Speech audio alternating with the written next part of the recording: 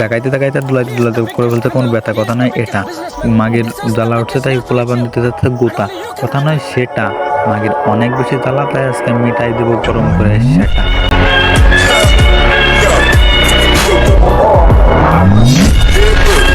Hey guys, আসসালামু আলাইকুম। কি অবস্থা সবার? নতুন করে ব্যাক করলাম আপনাদের মধ্যে আবার। আজকে অনেক বিষয় নিয়ে কথা হবে, বিশেষ করে আজকে এক্সাম নিয়ে একটু কথা হবে, কারণ বর্তমান কারিকুলামের যে অবস্থা, হয়তো বা মন্ত্রীরা ভাবতেছে পরিবারের গার্ডিয়ান হয়েছে সস্তা, তাই আজকে বোঝাই দেবো কে সস্তা আর কে নিতে পারে এইসব চোদানিদের জন্য ব্যবস্থা। ভাই ব্যাক বেঞ্চার সবাই হইতে পারে না, ব্যাক বেঞ্চার হইতে গেলে ব্যাকগ্রাউন্ড লাগে, যা সামনের বেঞ্চের পোলাপাইন গো কোনো সময় থাকে না। হ্যাঁ, আপনার চোখ মগজ সব কিছু ঠিক আছে অ্যান্ড আপনি ঠিকই দেখছেন না, বর্তমান বাংলাদেশের কারিকুলামের এমন অবস্থা অ্যান্ড এমনভাবেই এক্সাম হচ্ছে যেটা কোনোভাবে মানার যোগ্য না। এটা বাইরের কোনো কান্ট্রি না যেখানে এমনভাবে পড়ালেখা করা হচ্ছে, এমনকি বাংলাদেশ যাদের ফলো করতেছে সে দেশে আমার মনে হয় না এমনভাবে পড়ালেখা চলে। তো আপনারাই বলুন যে এদের কি বলা যায়। আমার বাপদাদা 14 গোষ্ঠীর জন্ম এমন শুনিনি, বাট আমার জন্ম আমি ফার্স্ট টাইম শুনলাম যে পরীক্ষাও এমন হয়।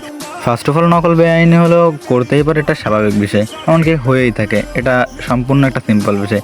এখন বই নিয়ে করছে, এখন পুরো বইটা পাইছে, এটা আমি মানলাম যে সাধারণ একটা বিষয়, বাট বই, আরে ভাই তোরাকে পাবলিক বানাইছিস বোধাই, এখন বাংলাদেশে চাকরি নেই ঠিক আছে, তাহলে পড়ালেখার কি দরকার, ফ্রিল্যান্সিংয়ে ঢুকাই দে।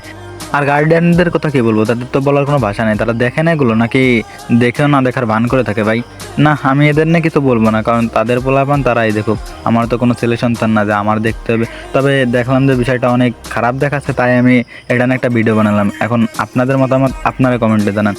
অ্যাজ এ রোস্টার হিসেবে আমার দায়িত্ব ছিল যে খারাপটাকে তুলে ধরা অ্যান্ড এর প্রতিবাদ করা। আমি যথেষ্ট পরিমাণ করার চেষ্টা করছি, বাট সাপোর্ট না বললে আমার করার কিছু নেই। আপনারা যদি সাপোর্ট দেন আমি কথা দিচ্ছি ভাই, যেভাবে হোক এক্সপোজ করেই ছাড়বো এদের, এই কারিকুলামকে ধ্বংস করবোই ইনশাল্লাহ যদি আপনারা সাপোর্ট দেন। তাছাড়া তো আমার দ্বারা একা সম্ভব না। সো আশা করি আপনাদের কাছে সাপোর্ট পাবো অ্যান্ড আপনার ফ্যামিলির যে সিনিয়র আছে তাদের কাছে ভিডিওটা শেয়ার করতে পারেন, যাতে তারা একটু সাপোর্ট দেয়, অর্থাৎ মনে করেন এইসবের বিরুদ্ধে কথা বলে। তাই আমার কাছে অনেক।